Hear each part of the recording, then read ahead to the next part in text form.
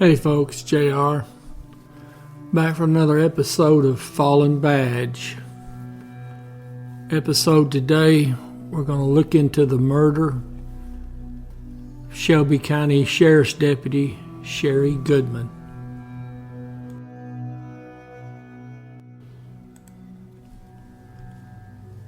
It's July 26, 1996.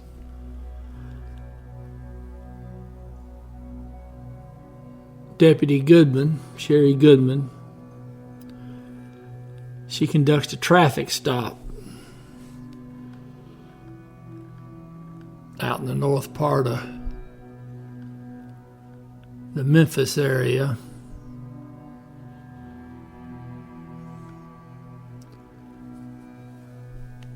Near the intersection of Carrollton and Creston, which is just a little west of Thomas, which is Highway 51.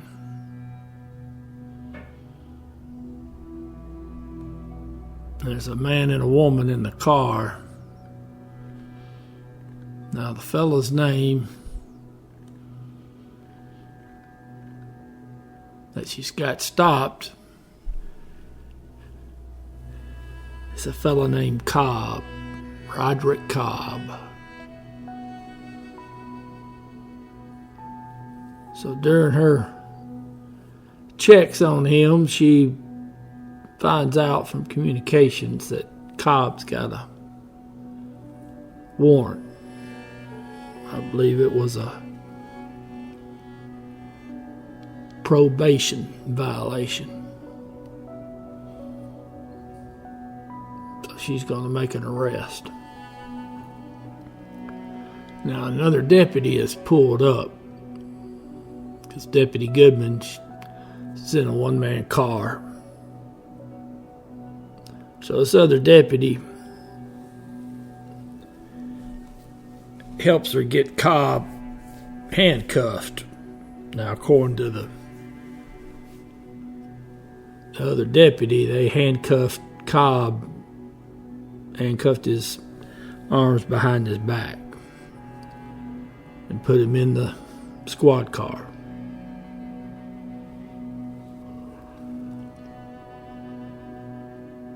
Which would be what you're supposed to do.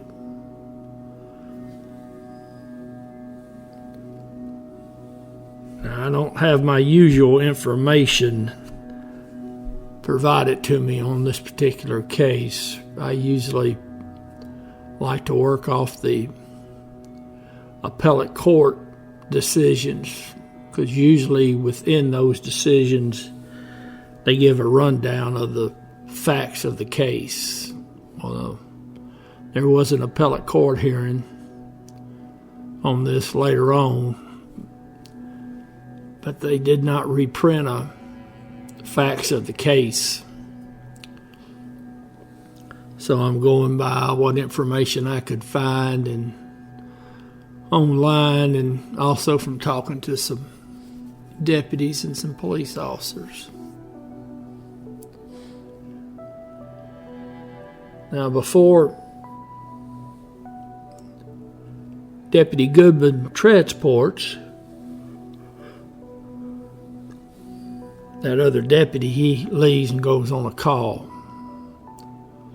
So all we've got from him is officially is Cobb's handcuffed with his hands behind his back, and he's been searched. So now all we've got is conjecture, because the only people alive left on that scene, one's a murderer, the other one quite possibly aided and abetted a murderer.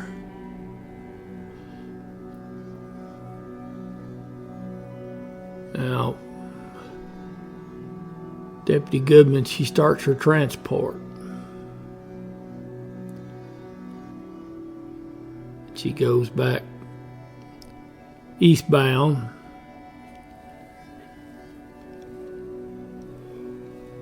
hits Danny Thomas, hangs a right, goes southbound on Thomas, going back into Memphis to 201 Poplar.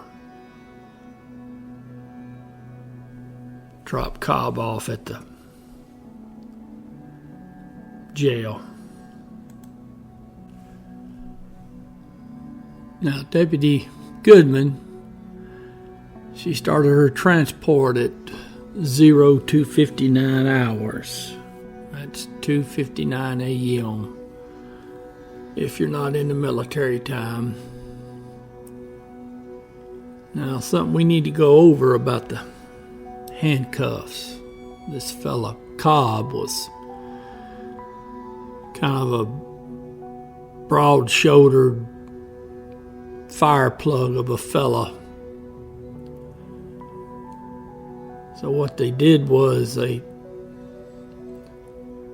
used 2 pairs of handcuffs. They connect one set of handcuffs to the other, and that way that allows somebody that's maybe can't get their arms back because of their size, it allows them to be handcuffed without being too uncomfortable on their arms and shoulders.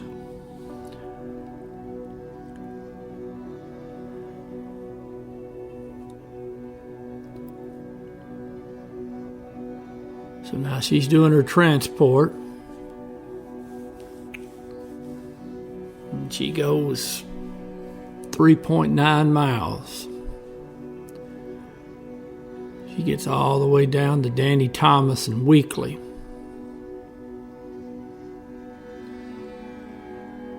From the back seat, Cobb cranks off 2-3 rounds.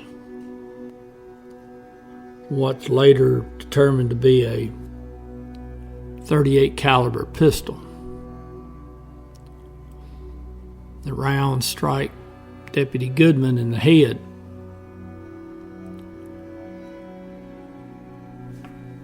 She goes off the road, across Danny Thomas, and strikes a metal post that's holding up a sign there for a business. Now, Deputy Goodman, she's dead right there on the spot.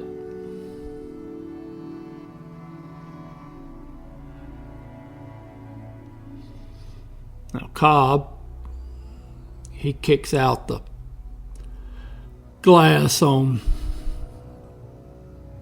the squad car, and he climbs out because his hands are in front of him.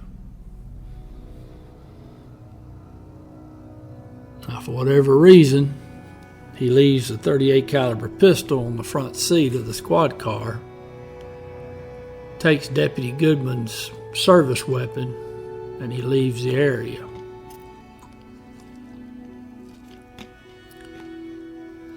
Now, there's several more things we need to talk about.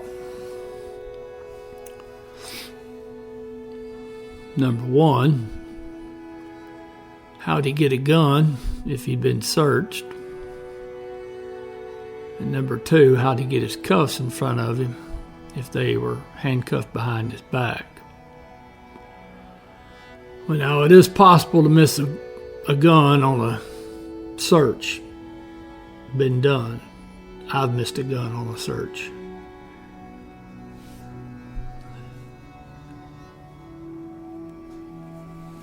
Now, there was a story floating around. I don't know if it's true or not, and it may have occurred after that other deputy left the scene, but allegedly Cobb had a cell phone, which was pretty rare in 1996.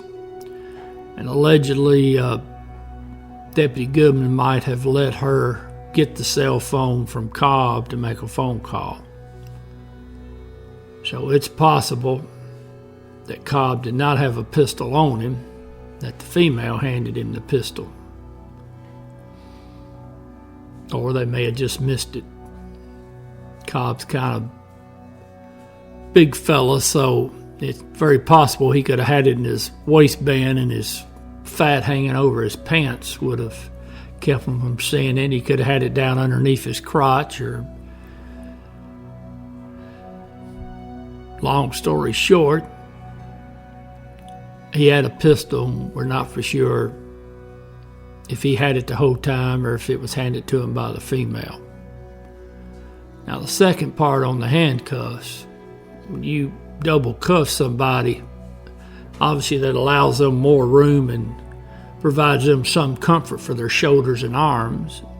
Those of you are going to say, well, JR, why does it matter? Well, because as a police officer, you can get sued over causing discomfort to a prisoner.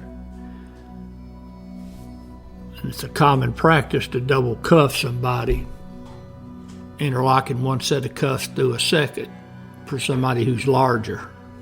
We've had them, we actually had to triple cuff them. They were so big. Now, all that would require him to do then is get his cuffs underneath his legs and pull them up in front of him. Now, generally, you do that by laying down in the seat on your side and doing it, or scrunching down with your back against the seat. So it would take some diligence to keep an eye on a prisoner like that, because it's dark, it's at night. They get to moving around sometimes. I've had them get cuffs in front of them, and they were so deft in how they did it that you really couldn't tell they were even moving, but they did it. However he did it, whether he laid on his side or he slid down in the seat, he got his cuffs in front of him. Now, on her squad car, I do not know if she had the old style cage that we had up through, I don't know, maybe the late 90s or whatever.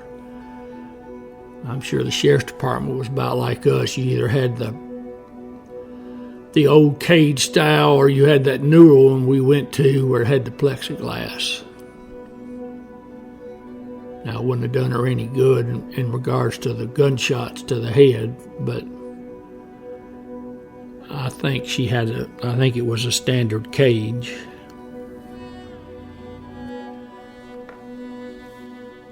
All right, so Cobb is run off into the darkness of the early morning of the 26th.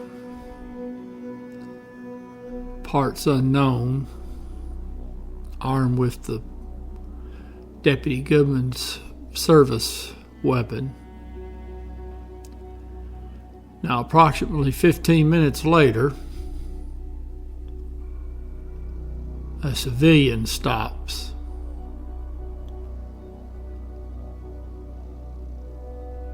And this civilian goes to a payphone, somehow or another communicates with 911 dispatchers. So MPD makes the scene, Sheriff's Department makes the scene.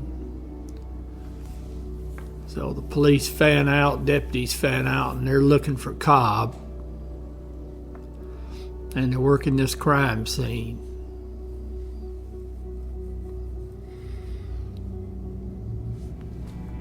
And this crime scene, it being a homicide, was held in place up until the morning time. Daylight hours. They still couldn't find Cobb.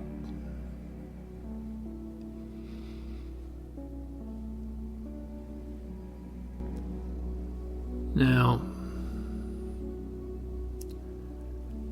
probably 8-10 hours later, something like that. And again, I'm getting this from police sources. Car pulls up at the North Precinct. there's 2 or 3 people in the car.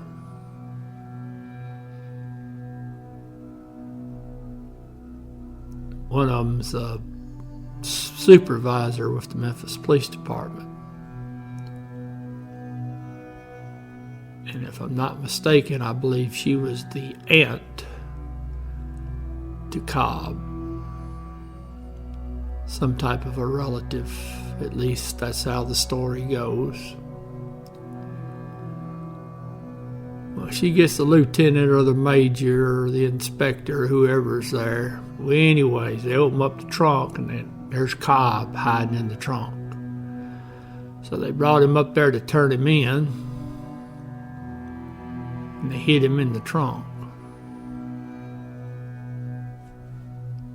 Now, from what I've been told, Cobb's family and all was from the Whitehaven area, as was this police official, Memphis police official. So I'm not really sure why they didn't just go to the South Precinct. That's just down the road. But in any event, family/friends took him to a precinct. He was taken into custody.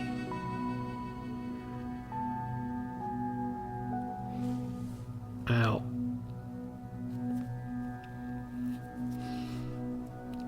obviously they're going to ask for the death penalty on this. But he ends up, he takes a plea deal.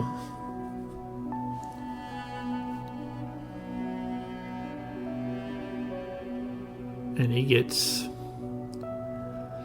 sentenced to life without the possibility of parole.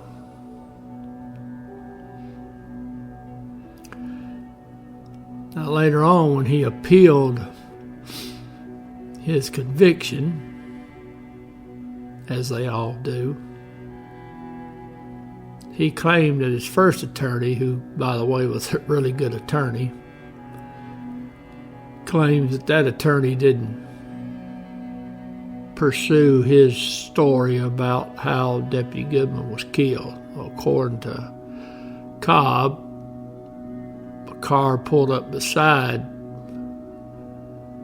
Deputy Goodman and shot her in the head and then drove off. Now, I'm not really sure how he thought that was a viable story, because why in the world would you pull up, shoot the deputy, the car wrecks, you're going to pull up, get out, leave the pistol you shot her with, and then get her pistol? If you wanted a trophy, why would you leave the murder weapon and then get her pistol? That would mean that his alleged story of these mysterious shooters in the car, they'd have to have been as stupid as he was, because he left the pistol. But anyways, the appeal got turned down and he's still in prison.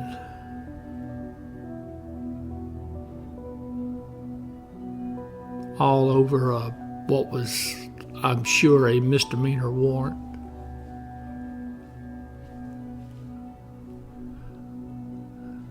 It's amazing the level of stupidity. Why you would take Deputy Goodman's life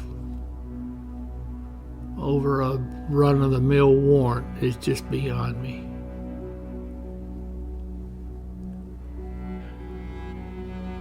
Of course, attacking and killing a law enforcement officer is beyond my comprehension as well.